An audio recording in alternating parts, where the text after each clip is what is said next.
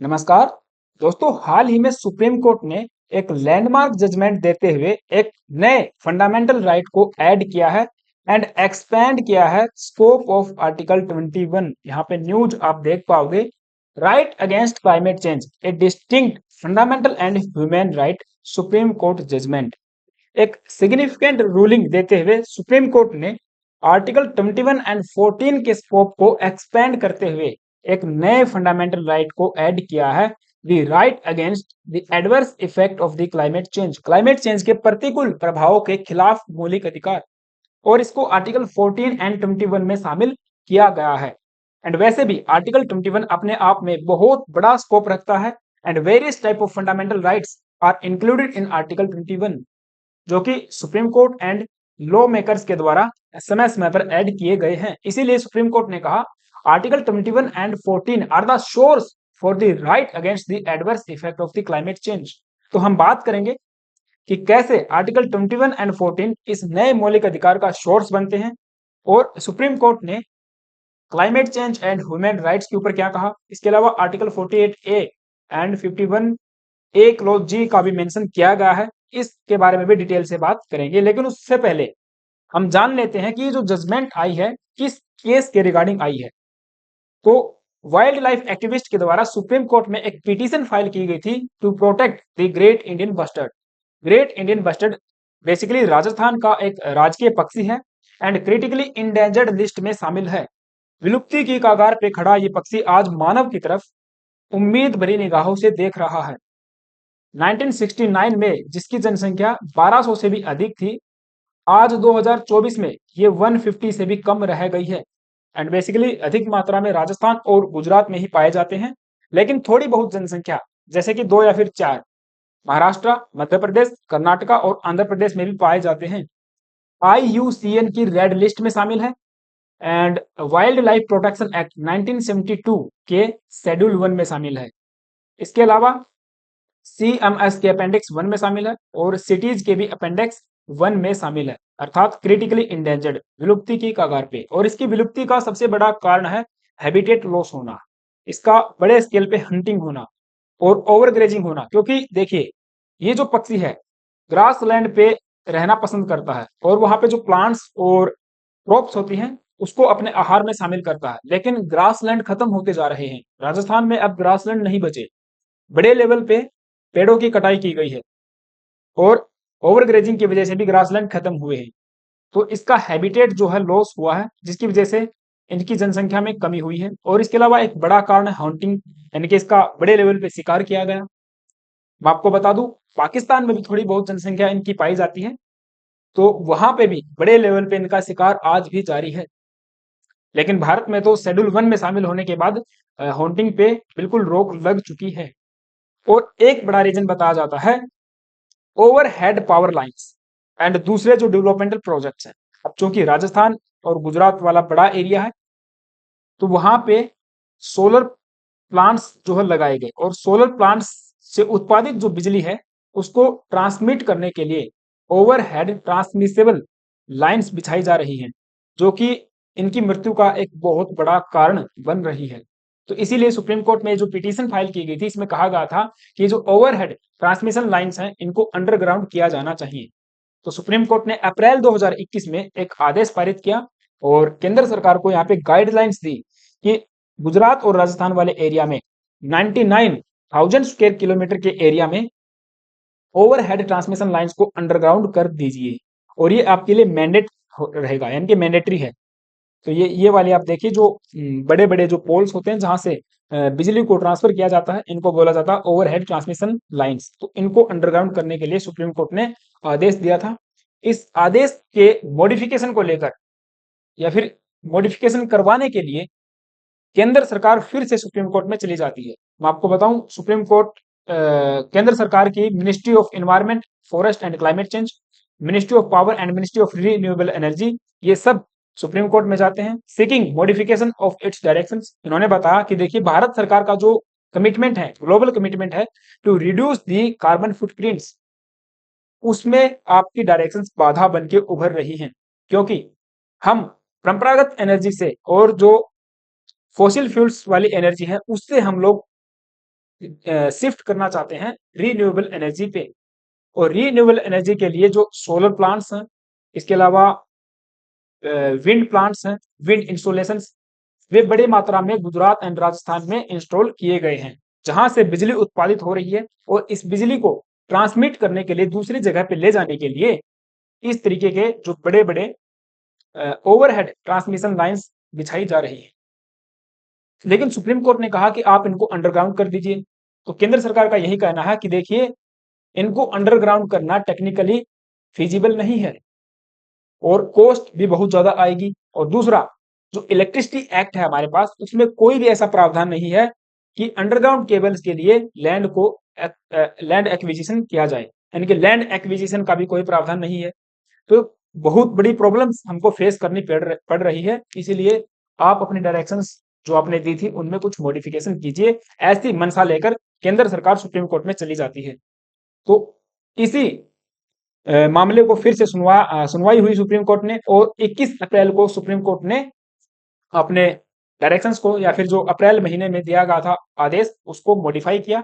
और 21 मार्च 2024 को supreme Court ने अपना फैसला रिजर्व कर लिया था, जो कि इस संडे को, बीते संडे को अब सुनाया गया है। तो 21 मार्च वाले फैसले में सुप्रीम कोर्ट ने कहा, Supreme Court pointed to the practical difficulties in implementation of the order. जो ऑर्डर अप्रैल 2021 में दिया गया था, उसमें बताया गया था कि आप अंडरग्राउंड कीजिए, लेकिन इसमें टेक्निकल इशू आ रहे हैं, टेक्निकली ये फिजिबल नहीं है। सुप्रीम कोर्ट ने इस चीज को एक्नोलेज किया। एंड जो लैंड एक्विजिशन वाला मामला था, ये एक चैलेंजिंग टास्क है अपने आप में, एंड प्रोहिबिटिव कॉस्ट। ठीक है, तो ये सब चीजों को सुप्रीम कोर्ट ने एड्रेस करते हुए अभी क्या किया है कि एक नई गाइडलाइंस यहाँ पे जारी की है कि अब तक अभी आप एक इसको मतलब रोक दीजिए। ठीक है, अभी के लिए स्टे यहाँ पे लगा दिया गया है प्रीवियस ऑर्डर पे। और इसके अलावा सुप्रीम कोर्ट ने जब अपना ये आदेश, या फिर हम कहें कि जो वर्डिक्ट डिलीवर किया है, तो supreme court touched upon the issues of the climate change, jurisprudence and needs to harness renewable energy as well as balance of the conservation of GIB, that is Great Indian Bustard, and conservation of environment as a whole।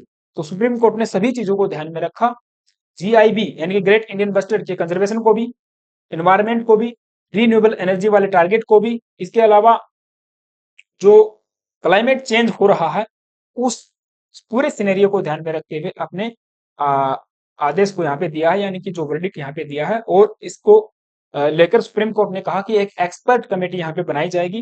हालांकि इसके आदेश supreme Court ने दे दिए हैं। ये 9 member की expert committee रहेगी, जिसके head यहाँ पे आप देख पाओगे डॉक्टर हरि सिंह शंकर हैं। तो हरि सिंह शंकर कमेटी के नाम से जानी जाएगी, आप इसको याद रख सकते हो। ये डायरेक्टर हैं wildlife institute of India Dehradun के। इसके अलावा मेंबर्स में आप देखोगे तो national board for wildlife doctor Niranjan Kumar Vasu, and former principal chief conservator of forest B Majumdar, former chief wildlife warden and principal chief conservator of forest Maharashtra doctor Devesh Kadvi. इसके अलावा deputy director हैं दी कॉर्बेट फाउंडेशन के ललित बोहरा, और joint secretary रहेंगे green energy corridor, ministry of new and renewable energy and the environment and climate change. तो 3 ministries के joint secretary भी इसमें शामिल रहेंगे। तो टोटल 9 मेंबर की ये कमेटी है। ये कमेटी जो है एक रिपोर्ट तैयार करेगी to assess the feasibility of the undergrounding power lines in the specific areas. तो कुछ स्पेसिफिक एरियाज में क्या हम अंडरग्राउंड कर सकते हैं इन लाइंस को, ये रिपोर्ट तैयार करने वाली है। और इनकी रिपोर्ट जुलाई 31 जुलाई 2024 पे तक मतलब पेश होनी चाहिए, ऐसा भी आदेश दिया गया है। ठीक है, ऑल राइट। तो ये था पर्टिकुलर केस। अब हम बात करते हैं कि नए फंडामेंटल राइट के बारे में सुप्रीम कोर्ट ने क्या कहा है, और आर्टिकल 21 और 14 को लेकर क्या मतलब सुप्रीम कोर्ट का स्टांस है।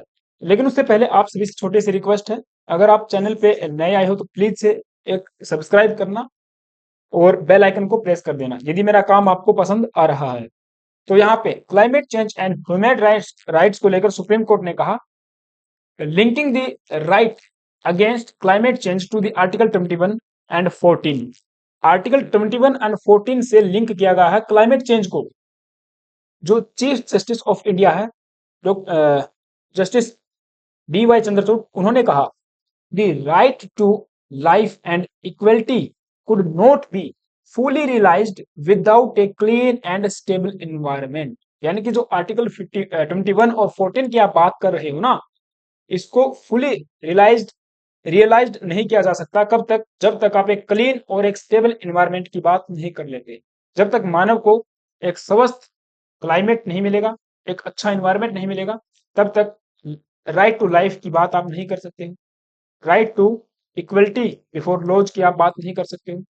तो इसीलिए expanded the scope of the fundamental right, यानी कि मौलिक अधिकारों के स्कोप को एक्सपेंड करते हुए एक नए मौलिक अधिकार को जो ऐड किया गया है, right against adverse effect of the climate change. यानी क्लाइमेट चेंज के जो प्रतिकूल प्रभाव हैं मानव जाति के ऊपर हो रहे हैं, उसके खिलाफ हमारे को मौलिक अधिकार है। हम नए प्रावधान कर सकते हैं, हम उसके खिलाफ लड़ने के लिए तत्पर रह सकते हैं। अब चूंकि आर्टिकल 21 मैंने बताया अपने आप में बहुत बड़ा स्कोप लेके चलता है, इसमें राइट टू लाइफ भी शामिल है, राइट टू प्राइवेसी भी शामिल है, राइट टू फ्रीडम है, right to education, right to marry, right to sleep, right against bonded labour यानी कि बंधुआ मजदूरी से छुटकारा, और इसके अलावा इलेक्ट्रिसिटी का अधिकार आपको है, ट्रेवल करना, अब्रॉड ट्रेवल करना, ये सब तो ये समय समय पर इसके अंदर आते रहे हैं। ठीक है, और भी बड़े लेवल पे है। अब इसी में हमने शामिल किया गया है क्लाइमेट चेंज के प्रति भी एक अधिकार हमारा हमको रहने वाला है। और आर्टिकल 14 की बात करें तो ये कहता है कि equality before law and equal protection of the laws. तो देखिए दोनों को आपको समझना पड़ेगा। ये कहता है कि कानून के समक्ष सभी समान हैं और सभी के कानूनों की जो है समान रक्षा की जाएगी। तो ये दोनों article are the important source of the right to a clean environment and the right against the adverse effect of the climate change. तो ये नया जो मौलिक अधिकार हमने जोड़ा है, इसका इंपॉर्टेंट सोर्स बनता है आर्टिकल 21 और 14। कैसे? देखिए आप बात करते हो राइट टू हेल्थ। अब राइट टू हेल्थ भी आप देखोगे तो आर्टिकल 21 का ही पार्ट है। तो जब तक आपको एक क्लीन इन्वायरमेंट नहीं मिलेगा, क्लाइमेट चेंज जो हो रहा है उसके जो प्रभाव हम पे ऊपर हो रहे हैं, उससे हम अपने आप को नहीं बचा पाएंगे, तो फिर राइट टू हेल्थ का वोलेशन हुआ, यानी कि एक फंडामेंटल राइट का ही वोलेशन हो रहा है ना। अब चूंकि एयर पोल्यूशन बढ़ता जा रहा है और जो वेक्टर बोर्न डिसीज है वे चेंज बढ़ती जा रही है, हमारा टेम्परेचर में राइज हो रहा है, ड्राउट सूखा पड़ रहा है ना, फूड की सप्लाई की जो शॉर्टेज है वो देखने को मिल रही है ड्यू टू क्रॉप फेलर। अब चूंकि क्लाइमेट चेंज होगा तो असमय पर वर्षा होगी या फिर समय पर वर्षा नहीं होगी, है ना, कभी बाढ़ आ जाएगी, कभी सूखा पड़ जाएगा या कभी ओलावृष्टि हो जाएगी। तो जो प्राकृतिक आपदा है वो भी हमारी फसलों को नुकसान पहुंचाएंगी, तो फूड शॉर्टेज देखने को मिलेगी, स्टॉर्म्स वगैरह आएंगे, फ्लड आएगी। तो इन सब की वजह से राइट टू हेल्थ यानी कि हेल्थ के ऊपर एक नेगेटिव इफेक्ट हमारे ऊपर पड़ने वाला है। सो राइट टू हेल्थ हमारा क्या होगा? वोलेट होगा। ठीक है, तो इसीलिए एक क्लाइमेट, अच्छा क्लाइमेट हमको चाहिए। अगर क्लाइमेट चेंज हो रहा है तो उसके खिलाफ भी लड़ने का अधिकार हमारे पास होना चाहिए। तो ये था आर्टिकल 21 से ड्राइव किया गया कॉन्सेप्ट। तो इसके अलावा आर्टिकल 14 का मेंशन करते हुए सुप्रीम कोर्ट ने कहा कि देखिए अब हम बात करते हैं कि सबको इक्वलिटी मिले, यानी कि राइट टू इक्वलिटी की बात करता है आर्टिकल 14। अब देखिए अगर क्लाइमेट चेंज हो रहा है, क्लाइमेट चेंज की वजह से अगर फूड शॉर्टेज हुआ, वाटर शॉर्टेज हुआ या फिर दूसरा आप समझिए कोई बीमारी आती है, कोई पेंडेमिक आता है, तो उसमें एक पर्टिकुलर सेक्शन जो है हमारी सोसाइटी का वो अधिक प्रभावित होगा। जो गरीब से गरीब लोग हैं वो अधिक प्रभावित होंगे more than other rich class. जो दूसरे रिच क्लास हैं उसको ज्यादा इफेक्ट नहीं पड़ेगा, और ये कहीं ना कहीं सच भी है। ठीक है, तो ये इक्वलिटी फिर कहाँ रह गई है? इसीलिए इक्वल रहने के लिए हमको ऐसे प्रावधान करने पड़ेंगे कि क्लाइमेट चेंज जो हो रहा है उसके प्रभावों से बचने के लिए हम नए प्रावधान बना सकते हैं, और ये हमारा फंडामेंटल अधिकार है, यानी कि फंडामेंटल राइट है। ठीक, तो ये आर्टिकल 14 का मेंशन सुप्रीम कोर्ट ने कहा, ये आप यहाँ पे पढ़ भी सकते हो।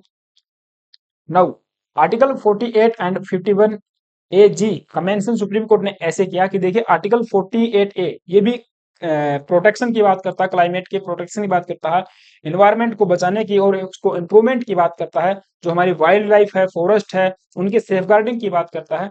तो ये जिम्मेवारी किसकी है? स्टेट की जिम्मेवारी है। दूसरा आर्टिकल 51 ए जी जो हमारा मौलिक कर्तव्य है, फंडामेंटल ड्यूटी, वो बात करता है कि जितने भी मानव हैं धरती पे, या फिर भारत के हम बात करें, भारत में जितने भी मानव हैं, सिटीजन्स जो हैं भारत के, सॉरी मानव तो क्या कहेंगे, तो उनको भी एक जिम्मेवारी है, उनका भी कर्तव्य है कि वो ऐसे ऐसे कदम उठाए कि हमारा जो इन्वायरमेंट है वो प्रोटेक्ट हो, उसमें इंप्रूवमेंट हो, हमारे फॉरेस्ट हैं वे बचें, हमारी लेक्स, नदियां, वाइल्ड लाइफ, एंड एक दया का भाव रखे हम क्रिएचर्स के प्रति, जो जीव जंतु उनके प्रति। अब अब देखिए कितना सुंदर पक्षी है ग्रेट इंडियन बस्टर्ड, है ना, और ये विलुप्ति के कगार पे है, लोग इसको मार रहे हैं बेवजह से ही। तो एक दया का भाव रखिए, ये हमारा मौलिक कर्तव्य है भाई।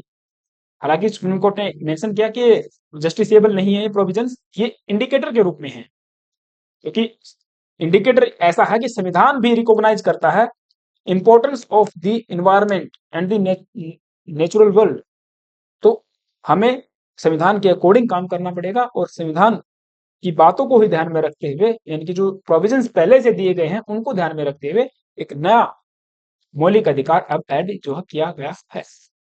ये लेक्चर था। आई होप कि आपको चीजें समझ में आई होंगी। अगर मेरा काम आपको पसंद आ रहा है, प्लीज यार एक सब्सक्राइब करके जरूर जाना और बेल आइकन प्रेस कर लेना। हाँ, वीडियो अच्छी लगी है, कंटेंट अच्छा लगा है, तो एक लाइक भी कर सकते हो। Thank you, have a nice day.